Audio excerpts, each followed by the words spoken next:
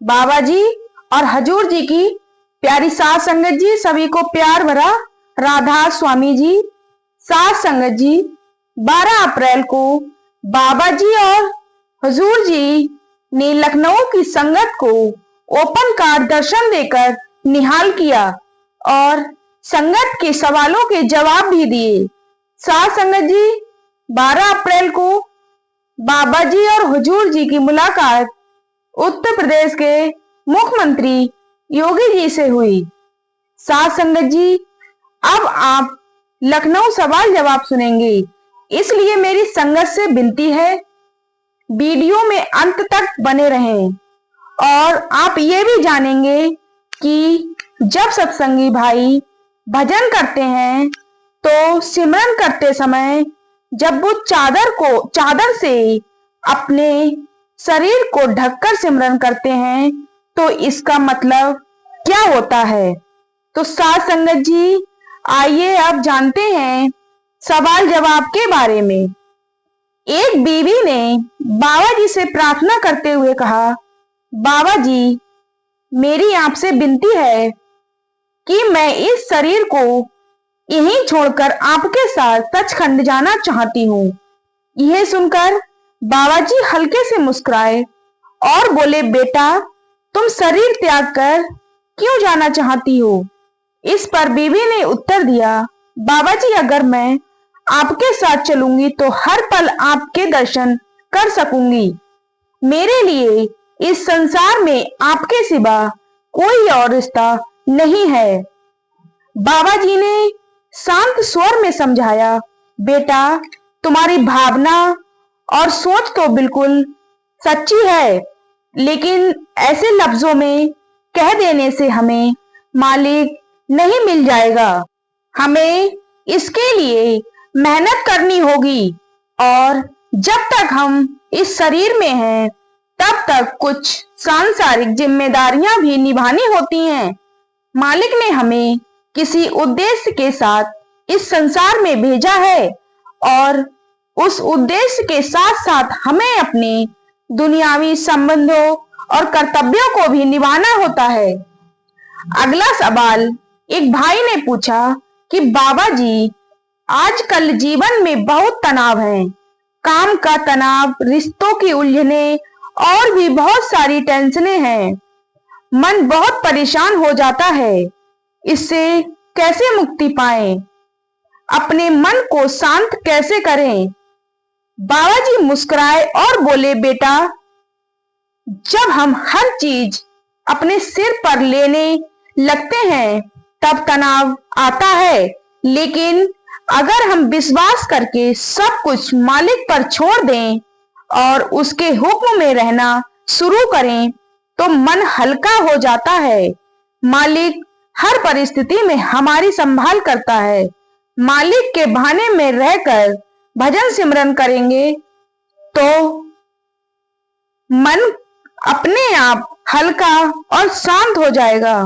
फिर अगला सवाल एक बहन ने पूछा कि बाबा जी, जब हम कोई गलत काम करने लगते हैं तो भीतर से एक आवाज आती है जो हमें रोकती है, फिर भी हम वही कर बैठते हैं। हम जानते हैं कि इसका अंजाम बुरा होगा, लेकिन फिर भी हम खुद को रोक नहीं पाते। ऐसा क्यों होता है? बाबा जी बोले, बेटा, वो हल्की सी जो अंदर से आवाज आती है ना, वही तुम्हारी अंतरात्मा बोल रही होती है। लेकिन दुनिया का शोर इतना तेज है कि हम उस सच्ची आवाज को अनसुना कर देते हैं और वो आवाज दब जाती है। बाबा जी ने आगे कहा, हर इंसान के भीतर विवेक होता है जो सही गलत का फर्क बताता है, लेकिन जब हम मन के अधीन होकर दुनियावी इच्छाओं के पीछे भागते हैं तो यही विवेक दब जाता है और हम जान नहीं पाते कि हम जो कर रहे हैं वो सही है या गलत। जो भी काम मन में बेचैनी पैदा करे उससे दूर ही रहना चाहिए। फिर अगला सवाल किसी ने पूछा, बाबा जी, जब हम आपके दर्शन करते हैं तो कैसे जाने कि उसका कोई प्रभाव हुआ या नहीं? क्या दर्शन करने के बाद हमें दर्शनों से मिलने वाले लाभ को सोचना चाहिए? बाबा जी ने उत्तर दिया, बेटा, अगर तुम दर्शन की गिनती करने लगो तो वह केवल एक गिनती का खेल बन जाता है, आत्मा का अनुभव नहीं। बाबा जी ने समझाया, जिन चीजों को हम बाहरी आंखों से देखकर दर्शन समझते हैं, वे वास्तव में सच्चे दर्शन नहीं होते। हमें असली दर्शन के लिए मेहनत करनी होती है। सच्चा दर्शन तभी होता है जब मन पूरी तरह शांत हो और ध्यान तीसरे तिल पर एकाग्र हो जाए। उस समय कोई प्रयास नहीं करना पड़ता, दर्शन स्वयं होने लगते हैं। मालिक खुद दर्शन कराता है और उस क्षण हम अपने आप को भी भूल जाते हैं। इसलिए दर्शन को सिर्फ अनुभव करो, गिनती मत करो। इंसान हर चीज की गिनती करने लगता है और यही आदत इंसान को मालिक से दूर कर देती है। साध संगत जी, बाबा जी ने एक बहुत जरूरी बात भी बताई। साध संगत जी, सत्संगी भाई बहन जो सिमरन करते समय खुद को चादर से ढककर क्यों रखते हैं? बाबा जी कहते हैं, अगर हम ऐसे भजन सिमरन करेंगे तो कोई भी नकारात्मक शक्ति उनका कुछ नहीं बिगाड़ पाएगी और ध्यान भी जल्दी एकाग्र होगा।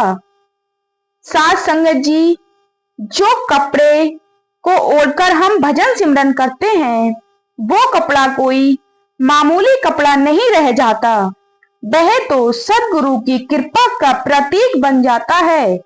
साध संगत जी, सिमरन के टाइम इस्तेमाल किया जाने वाला वो कपड़ा सच में एक सुरक्षा कवच का काम करता है।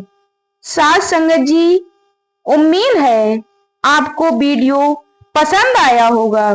अगर आप चैनल पर नए हैं तो चैनल को सब्सक्राइब करें और गुरु प्यारी साध संगत जी सभी को प्यार भरा राधा स्वामी जी।